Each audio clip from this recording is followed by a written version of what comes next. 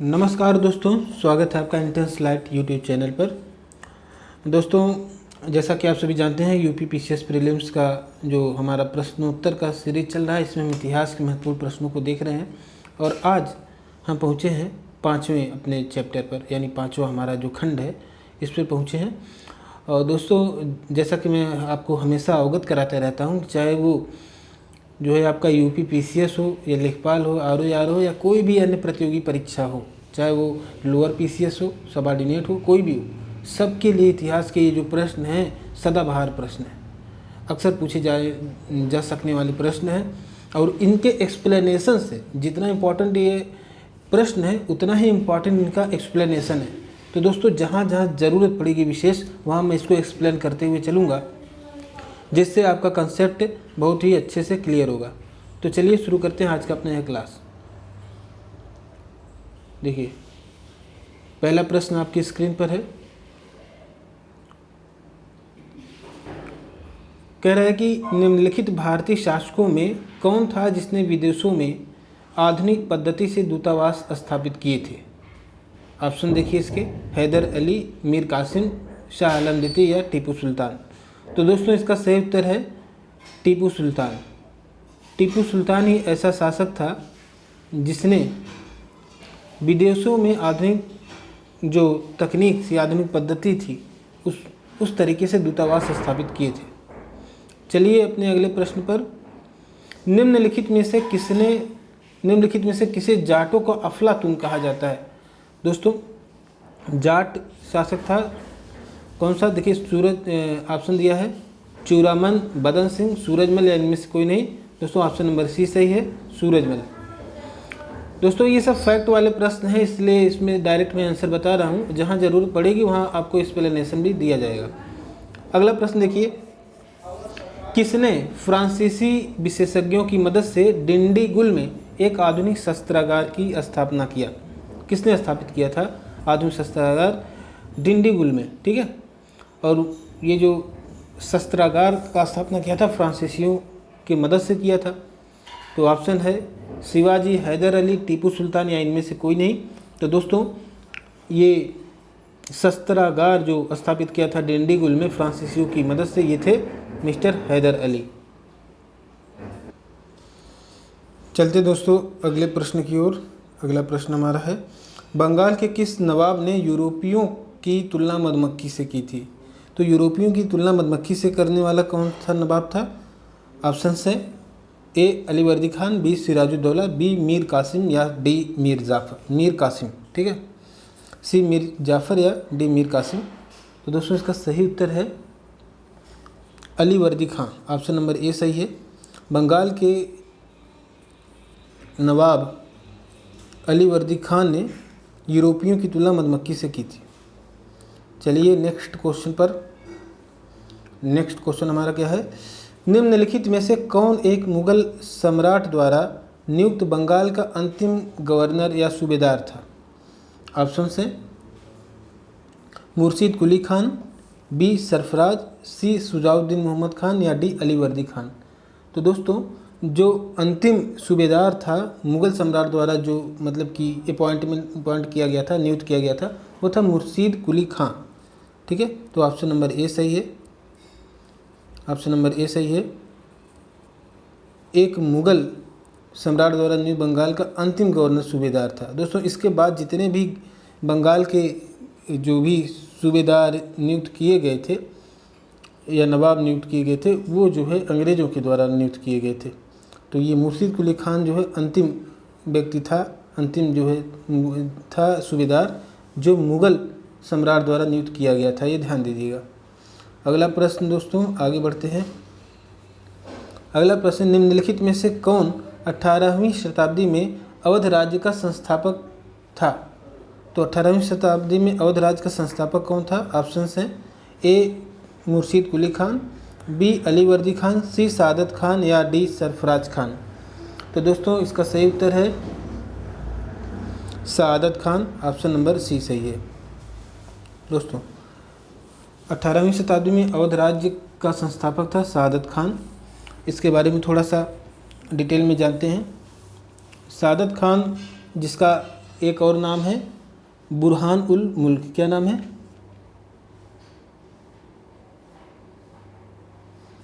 बुरहान उल मुल्क। ठीक है, इसका असली नाम बुरहान उल मुल्क है। और ये स्वायत्त राज्य अवध का संस्थापक माना जाता है। 1722 में अवध का सूबेदार बनाया गया था और आगे चल के उसने स्वतंत्र राज्य करना प्रारंभ कर दिया, यानी अवध को स्वतंत्रता दिला दी, या मुगल जो शासक था उससे अलग हो गया। चलिए आगे बढ़ते हैं। अगला प्रश्न है, निम्नलिखित कथनों पर विचार कीजिए। कथन कारण के प्रश्न है दोस्तों, कथन कारण नहीं, कथन है। 2 कथन दिए हुए हैं, बताना है इसमें से कौन सा सही है, कौन सा सही है। ठीक है, तो पहला कथन क्या कह रहा है? निज़ामुल मुल्क स्वयं वज़ीर का अपना ओहदा छोड़कर दक्कन चला गया। पहला पॉइंट ये है, निज़ामुल मुल्क की बात कह रहा है। निज़ामुल मुल्क वज़ीर का अपना ओहदा छोड़कर दक्कन चला गया। तो दोस्तों ये तो बात सच है, ये तो बात सच है, क्योंकि जो निज़ामुल मुल्क था, निज़ामुल मुल्क जो बादशाह मोहम्मद शाह थे उस समय, वो उसके ऊपर बहुत शक करते थे। ये 1722 में वज़ीर बना था और लेकिन जो है बहुत सारा छोटे छोटे झगड़े होते रहते थे। तो जो वज़ीर था निज़ामुल मुल्क, उसने जो है अपना इस्तीफ़ा दे दिया और चला गया दक्कन। ठीक है, दक्कन में 2 साल बाद गया था। 1722 में जो है ये निज़ामुल मुल्क जो है 1722 में वज़ीर बना था और 2 साल बाद यानी 1724 में दक्कन चला गया था। तो ये बात सच है, दक्कन गया था। ठीक है, और यहाँ पर इसने हैदराबाद रियासत की नींव रखी थी। हैदराबाद, दक्कन जा कर के वहाँ पे हैदराबाद रियासत की नींव रखने वाला ये था निज़ामुल मुल्क ही। तो आगे बढ़ते हैं, दूसरा कथन देखते हैं। अहमद शाह अब्दाली ने पानीपत की तीसरी लड़ाई में मुग़ल सेना को परास्त किया था। जी नहीं दोस्तों, ये बात एकदम गलत है। अब अहमद शाह अब्दाली ने मुग़ल सेना को कभी परास्त नहीं कर पाया था। हाँ, ये ज़रूर था कि अहमद शाह अब्दाली जो है ये नादिर शाह के सबसे काबिल सेनापतियों में से एक था और इसने मुग़ल साम्राज्य में खासकर जो आपका दिल्ली मथुरा वाला बेल्ट है, यहाँ पर कई बार लूटपाट की थी। ठीक है, और जब नादिर शाह मर जाता है तो उसके बाद अफ़गानिस्तान चला जाता है, ये अफ़गानिस्तान चला गया था। ठीक है, तो 1761 में मराठों को पानीपत की लड़ाई में हराया था। पानीपत की जो तीसरी लड़ाई थी, अहमद शाह अब्दाली ने जो है 1761 में पानीपत की तीसरी लड़ाई जो थी, ठीक है, उसमें मुग़ल सेना को नहीं हराया था, बल्कि किसको हराया था? हराया था मराठों को। ठीक है, तो मैंने पानीपत की लड़ाई लड़ा था और जीता भी था, लेकिन हराया किसको था? किसके बीच ये लड़ाई हुई थी? अहमद शाह अब्दाली और मराठों के बीच हुई थी, ना कि मुग़ल सेना के साथ हुई थी। तो इस तरह से दूसरा स्टेटमेंट गलत है। अब बताना है कौन से सही है। तो हमारा पहला स्टेटमेंट सही है, केवल एक। तो देखिए ऑप्शन ए में दिया केवल एक, तो इसलिए पहला ऑप्शन हमारा सही है। चलिए आगे देखते हैं अगले प्रश्न की ओर। अगला प्रश्न क्या है? फिर से निज़ामुल मुल्क की बात आ रही है। निज़ामुल मुल्क आसफ जाह के संदर्भ में निम्नलिखित कथनों पर कौन सा कथन सही नहीं है? देखिए ध्यान दीजिएगा, जब भी कहता है सही नहीं है तो हमें नहीं के नीचे अंडरलाइन कर लेना है, इसे गोला कर लेना। ये वो पूछ रहा है स्टेटमेंट जो इसमें से सही नहीं है। तो चलिए देखते हैं कौन से सही नहीं है। पहला, निज़ामुल मुल्क ने हैदराबाद की स्थापना की थी। ये तो सही है, अभी हमने आपको बताया।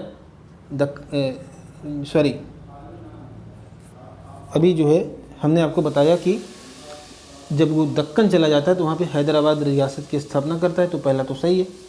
दूसरा क्या कह रहा है? इसने केंद्रीय मुग़ल सत्ता से अपनी स्वतंत्रता की खुलेआम घोषणा की थी। तो ऐसा कोई ऐलान इसने किया नहीं था दोस्तों, तो इसलिए ये दूसरा बी गलत है। और तीसरा जो कथन है, इसने दक्कन में स्थापित अपने राज्य में मुग़लों के नमूने पर जागीरदारी प्रथा चलाई थी। दोस्तों जब ये दक्कन चला गया था और जो स्थापित किया था वहाँ पर हैदराबाद, और हैदराबाद में इन्होंने जो जागीरदारी प्रथा चलाई थी, तो जो इसको अनुभव था पहले वाला वहाँ पर, चूँकि कार्य कर चुका था वजीर के रूप में, तो वहाँ पर भी वही व्यवस्था इसने लागू कर दी। तो ऑप्शन नंबर सी भी सही है। और हमने आपको शुरू में बताया था 1722 में ये वजीर बना था, तो हाँ बना था, तो डी भी सही है। तो ऑप्शन नंबर बी गलत है और इसीलिए हमारा सही उत्तर हो जाएगा ऑप्शन नंबर बी। ठीक है, क्यों? क्योंकि पूछा गया है कौन सा कथन सही नहीं है, हमें ये बताना कौन सा कथन सही नहीं है। तो सही कौन सा नहीं है, बी सही नहीं, इसलिए बी ऑप्शन हमारा राइट आंसर हो जाएगा। चलिए अगले प्रश्न की ओर। अगला प्रश्न दोस्तों, बंगाल के नवाबों का सही कालक्रम निम्नलिखित में से कौन सा है। दोस्तों कालक्रम से आधारित हमने कहा था आपसे प्रश्न पूछे जाते हैं, तो बंगाल के नवाबों का कालक्रम बहुत इम्पॉर्टेंट है। और अब चूंकि दोस्तों ये फैक्ट है, इसमें समझने की ज़्यादा कोई बात है नहीं, इसलिए डायरेक्ट मैं इसके आंसर पे चलता हूँ। देखिए सबसे पहले दिए गए विकल्पों को देखते हैं, तो उसमें देखिए मुर्शीद, बी ऑप्शन इसका सही है, मुर्शीद कुली खान, उसके बाद शुजाउद्दीन, फिर अली वर्दी खान, फिर सिराजुद्दौला। दोस्तों हुआ क्या था, देखिए मुर्शीद कुली खान जो है 1717 में बंगाल का सूबेदार बनाया गया था, ठीक है। और 1727 में जब इसकी मृत्यु हो गई तो उसका दामाद था शुजाउद्दीन। शुजाउद्दीन जो है उस गद्दी पर बैठता है। 1739 तक शुजाउद्दीन शासन करता है, उसके बाद उसका बेटा बैठता है सरफराज खां, ठीक है। सरफराज खां का नाम यहाँ नहीं दिया है क्योंकि उसका जो टाइम पीरियड था बहुत ही कम था, एक ही साल के अंदर उसको गद्दी से हटा करके अली वर्दी खान जो है गद्दी पे बैठ जाता है, तो उसके बाद जो है अली वर्दी खान। उसके बाद अली वर्दी खान का उत्तराधिकारी कौन था, तो सिराजुद्दौला था, इसलिए ये क्रम है मुर्शीद कुली खान, शुजाउद्दीन, ठीक है, फिर अली वर्दी खान, उसके बाद सिराजुद्दौला। ऑप्शन नंबर बी सही है। चलिए आगे बढ़ते हैं। अगला प्रश्न है, हैदर अली के संदर्भ में निम्नलिखित कथनों पर विचार कीजिए। पहला कथन वह अशिक्षित था, तो ये बात सच है, वो अशिक्षित था, ज़्यादा पढ़ा लिखा नहीं था, पढ़ा लिखा था ही नहीं। दूसरा वह एक कुशल प्रशासक था, दोस्तों ये भी बात सच है, अशिक्षित होने के बावजूद हैदर अली एक कुशल प्रशासक था। चलिए अगला प्रश्न है, उसने फ्रांसीसियों की सहायता से डिंडीगुल में एक आधुनिक शस्त्रागार की स्थापना किया था। दोस्तों अभी थोड़ी देर पहले मैंने इस पर एक प्रश्न, इंडिविजुअल एक प्रश्न जो है आपके सामने रखा था कि डिंडीगुल में जो है फ्रांसीसियों की सहायता से किसने आधुनिक शस्त्रागार स्थापित किया था, तो आंसर था क्या, हैदर अली। तो दोस्तों ऑप्शन नंबर 3 भी सही है। अगला ऑप्शन है, द्वितीय आंग्ल मैसूर युद्ध में उसने अंग्रेजों को बुरी तरह पराजित किया। जी नहीं दोस्तों, ये स्टेटमेंट गलत है।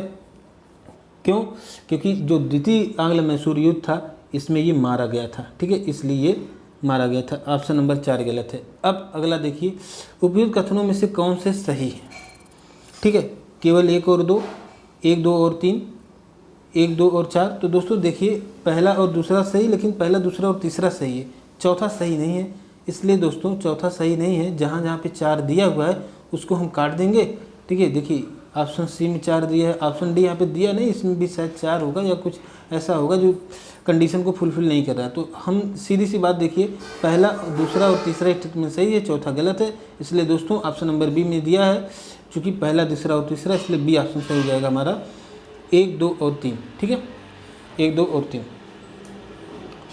ये देखिए हैदर अली के संदर्भ में पूछा है कि वह अशिक्षित था, सही है, कुशल प्रशासक था, उसने फ्रांसीसियों की सहायता से डिंडीगुल पर एक मॉडर्न शस्त्रागार स्थापित किया था, तो यह बात सही है। द्वितीय आंग्ल मैसूर युद्ध होता है, उसमें वो मारा जाता है, ठीक है। चलिए आगे बढ़ते हैं। अगला प्रश्न है, किस सिख गुरु ने फारसी में जफ़रनामा लिखा था। दोस्तों जफ़रनामा किस सिख गुरु ने लिखा था, तो देखिए ऑप्शन ए है गुरु हर राय,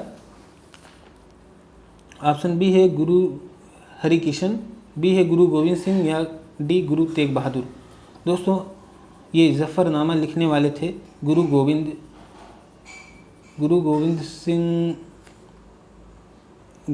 सिंह ही थे, ठीक है, गुरु गोविंद सिंह। ऑप्शन नंबर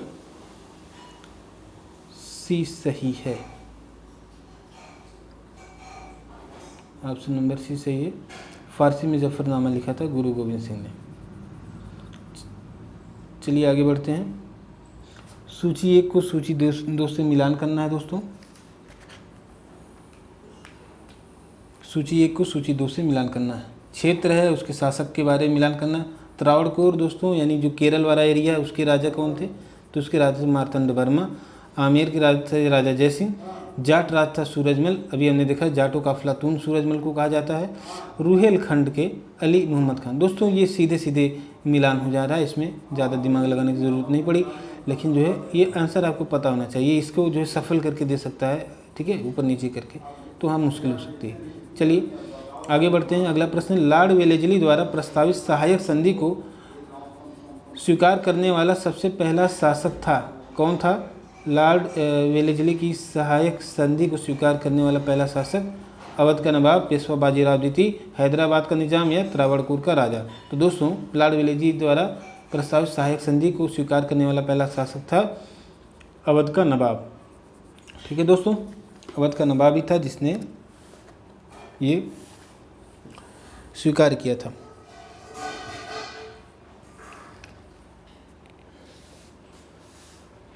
चलिए आगे बढ़ते हैं अगले प्रश्न की ओर। आदि ग्रंथ किसने संकलित किया था? तो दोस्तों आदि ग्रंथ संकलित करने वाले थे हमारे गुरु अर्जुन देव। ऑप्शन नंबर सी सही है, गुरु अर्जुन देव थे जिन्होंने आदि ग्रंथ संकलित किया था। अगला प्रश्न है दोस्तों,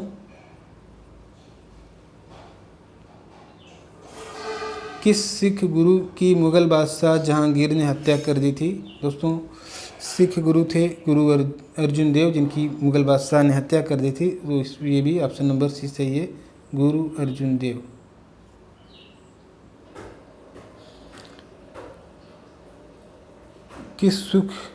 किस सिख गुरु की मुगल बादशाह जहांगीर ने हत्या की? तो दोस्तों ने बताया आपको गुरु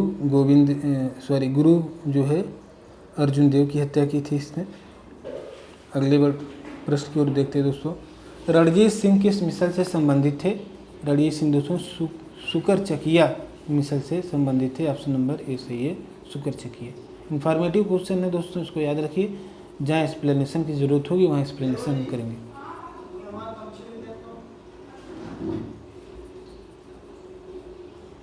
अगला प्रश्न है, निम्नलिखित भारतीय शासकों में कौन था जिसने विदेशों में आधुनिक पद्धति से दूतावास स्थापित किया था? हैदर अली, मीर कासिम, शाह आलम द्वितीय या टीपू सुल्तान? तो दोस्तों शायद ये प्रश्न मैं एक बार डिस्कस कर चुका हूँ, इसका सही उत्तर है टीपू सुल्तान। चलिए आगे बढ़ते हैं। सिराजुद्दौला लॉर्ड क्लाइव द्वारा किस युद्ध में पराजित हुआ था? दोस्तों सिराजुद्दौला जो है लॉर्ड क्लाइव से प्लासी के युद्ध में पराजित हुआ था। ऑप्शन नंबर ए सही है। प्लासी के युद्ध के बारे में दोस्तों बात करें तो प्लासी का युद्ध कब हुआ था? 1757 में। ठीक है दोस्तों, 1757 में प्लासी की लड़ाई हुई थी, जिसमें सिराजुद्दौला पराजित हो गया था। कारण क्या था? कारण ये था कि इसके ही लोगों ने धोखा दे दिया था। ठीक है,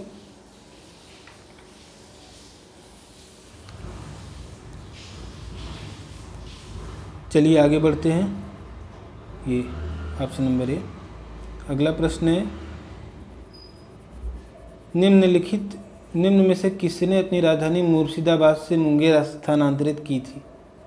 तो मुर्शिदाबाद से मुंगेर स्थापित करने वाला कौन था? तो दोस्तों मीर कासिम था। ऑप्शन नंबर देखिए, अली वली खान, मीर सिराजुद्दौला, मीर जाफर, मीर कासिम। तो डी सही ऑप्शन, मीर कासिम। मीर कासिम सही उत्तर है। अगला प्रश्न देखिए।